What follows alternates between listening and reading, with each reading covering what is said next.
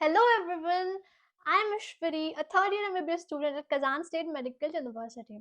और आज हम बहुत इम्पोर्टेंट टॉपिक के बारे में बात कर रहे हैं जो एनएमसी ने रिसेंटली बॉम्ब फोड़ा है फॉरेन मेडिकल ग्रेजुएट्स के ऊपर। उसको एक विस्तार से डिस्कस करते हैं। तो इसमें मैं आपको सारी एनएमसी की गाइडलाइंस बताने वाली हूँ। And don't forget to watch the video till the end, क्योंकि ये बहुत इंपॉर्टेंट वीडियो है अगर आप रशिया में आपका एमबीबीएस परस्यू करना चाहते हो। रशिया में नहीं, कोई भी मेडिकल फॉरेन मेडिकल कंट्री में। तो लेट्स गेट स्टार्टेड। तो सबसे पहली एनएमसी गाइडलाइन है कोर्स ड्यूरेशन।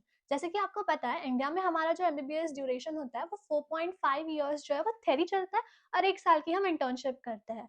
तो सेम उसी तरीके से एनएमसी बोलती है आप जिस भी कंट्री में एमबीबीएस कर रहे हो उसमें आपका जो टोटल कोर्स ऑफ एमबीबीएस है वो 5.5 इयर्स से ज़्यादा होना चाहिए।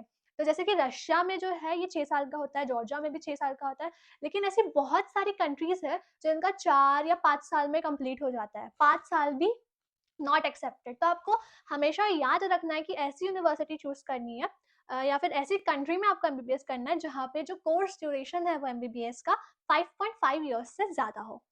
आपकी दूसरी गाइडलाइन ये है कि आपको उसी कंट्री से इंटर्नशिप करनी है जिस कंट्री से आपने आपका एमबीबीएस पूरा किया हो। जैसे फॉर एग्जांपल हम लेते हैं कि किसी बच्चे ने रशिया से अपना पूरा एमबीबीएस कंप्लीट किया, लेकिन उसने जो इंटर्नशिप है वो इंडिया से की, तो ये एनएमसी एक्सेप्ट नहीं करेगा। आपको ध्यान में रखना है कि जिस कंट्री से आप एमबीबीएस कर रहे हो उसी कंट्री में आप इंटर्नशिप करो 1 साल की, तभी ये एक्सेप्टेड रहेगा बाय एनएमसी। चलो तीसरे पॉइंट के ऊपर बढ़ते हैं जो कि है लाइसेंसिंग एग्जाम। देखो लाइसेंसिंग एग्जाम यानी कि एक्रेडिशन एग्जाम होता है। जैसे कि मैं रशिया में पढ़ रही हूँ, तो रशिया में जो एक्रेडिशन एग्जाम होता है उसे गॉस कहते हैं हम। तो 6th ईयर में जाके स्टूडेंट गॉस को कंप्लीट करता है। अब जो भी स्टूडेंट गॉस एग्जाम पास करता है उसका ये मतलब होता है कि वो रशिया में भी एज अ डॉक्टर प्रैक्टिस कर सकते हैं। तो आपको ये ध्यान में रखना है जो भी कंट्री आप सिलेक्ट कर रहे हो उसका एक्रेडिशन एग्जाम जो है वो ईजी और सिंप्लीफाइड हो, ताकि आप उस कंट्री में भी एज अ डॉक्टर काम कर सको। मतलब कि एनएमसी सिंपल वर्ड में ये कहना चाहती है हम आपको डॉक्टर तभी मानेंगे जब आप जिस कंट्री से एमबीबीएस कर रहे हो आप वहाँ पे भी एज अ डॉक्टर एक्सेप्टेड हो। तो हमारा जो नेक्स्ट पॉइंट है वो है मीडियम ऑफ टीचिंग। देखो बहुत सारी यूनिवर्सिटी जो है वो बायलिंगुअल मीडियम में आपको पढ़ाती है, यानी कि पहले के 3 साल आपको रशियन में पढ़ाया जाएगा और बाद में आपको इंग्लिश में पढ़ाया जाएगा, या फिर कुछ कुछ यूनिवर्सिटी जो है यूनिलिंगुअल होती है रशियन लैंग्वेज में। तो आपको ये सारी यूनिवर्सिटीज़ को अवॉइड करना है और ऐसी यूनिवर्सिटी में जाना है जिसमें सिर्फ एक ही मीडियम ऑफ टीचिंग हो, जो कि है हमारी इंग्लिश लैंग्वेज।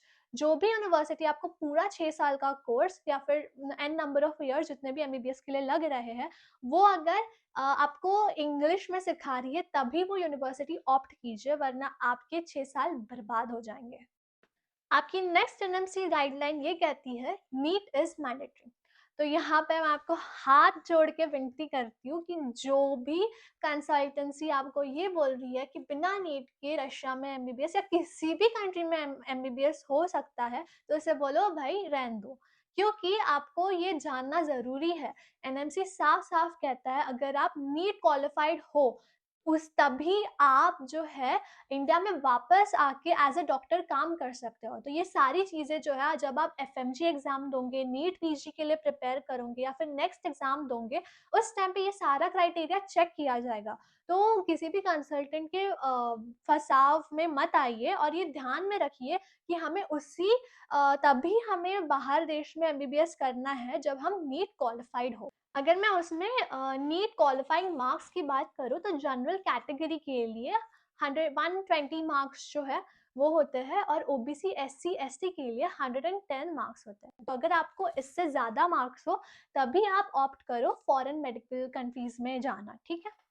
तो नेक्स्ट पॉइंट है लॉयल्टी टू द यूनिवर्सिटी।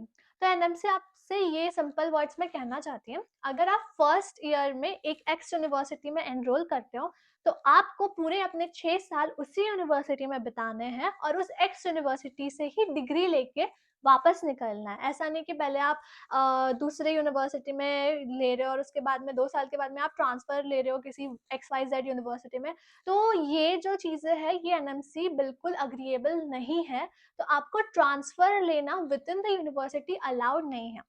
और सिंपल करके अगर मैं आपको बताऊँ, जैसे कोई इंसान है, उसने एक यूनिवर्सिटी में एडमिशन लिया और किसी कारणवश उसे डिपोर्ट होना पड़ा। तो अगर उसे एनएमसी की गाइडलाइन एग्री करवानी है, तो उसे दूसरी यूनिवर्सिटी में फर्स्ट ईयर से ही एडमिशन लेना पड़ेगा। तो आप ऐसी यूनिवर्सिटी चूज़ करिए जिसमें आपको ट्रांसफ़र लेने का कोई ज़रूरत ना पड़े। तो moving to the last and the foremost important point, और आई डोंट नो, यहाँ पे मुझे लगता है थोड़ा-सा एफएमजीज़ के साथ में एनएमसी जो है वो ज़्यादती कर रही है। तो इसमें एनएमसी ने कहा है कि एमबीबीएस ऑनलाइन या हाइब्रिड मोड में एक्सेप्टेबल नहीं रहेगा। तो जैसे कि आपको पता है, अभी रिसेंटली कोविड-19 डिसीज़ जो था वो आया था, तो उसमें सारे मोड ऑफ टीचिंग जो थी वो ऑनलाइन हो गई थी। तो एनएमसी कह रही है जितने भी फॉरेन मेडिकल ग्रेजुएट्स हैं, जिनका जो ऑनलाइन कोर्स हुआ है एक पर्टिकुलर ड्यूरेशन में, उनको उतना ईयर ऑफ स्टडीज रिपीट करना पड़ेगा। तो लेकिन यहाँ पे पार्शियलिटी दिख रही है, क्योंकि ये सेम चीज़ जो है ये इंडियन मेडिकल ग्रेजुएट्स के साथ में तो नहीं हो रही है। उनको जो है वो उन्होंने अगर ऑनलाइन किया है तो इट इज़ एक्सेप्टेबल, लेकिन अगर फॉरेन मेडिकल ग्रेजुएट करे तो इट इज़ नॉट एक्सेप्टेबल। तो आई डोंट नो, कभी कहाँ एनएमसी नए रूल्स बना लेती है अपने हिसाब से, लेकिन ये जो रूल है वो उसी बैच के लिए लगेगा जिनका ऑनलाइन या फिर हाइब्रिड मोड में एमबीबीएस हुआ है। तो आने वाले जो स्टूडेंट्स हैं उनका होपफुली नहीं ही होगा ऑनलाइन मोड में, तो उनके लिए इतना इफ़ेक्टिव नहीं पड़ेगा। सो गाइस, ये सब था आज के वीडियो में, और अगर आपको इसमें से कोई भी गाइडलाइन अच्छे से समझ में नहीं आ रही है, तो हमने जो है व्हाट्सएप और इंस्टाग्राम हैंडल हमारे डिस्क्रिप्शन बॉक्स में लिंक कर दिया है। यू कैन गो देयर और बस लिंक पे क्लिक करिए, आप हमसे कनेक्ट हो जाएंगे और वहाँ पे हमें कोई भी गाइडलाइंस के बारे में पूछिए, मैं आपको बहुत अच्छे से गाइड करूँगी। ये सब है इस वीडियो के बारे में, और अगर आपको ऐसे ही अपडेटेड इन्फॉर्मेशंस चाहिए तो हमारे चैनल को सब्सक्राइब कीजिए, बेल आइकन को प्रेस कीजिए, लाइक कीजिए, कमेंट कीजिए और शेयर कीजिए। तो मिलते हैं आपको नेक्स्ट वीडियो में। Till then bye bye, take care.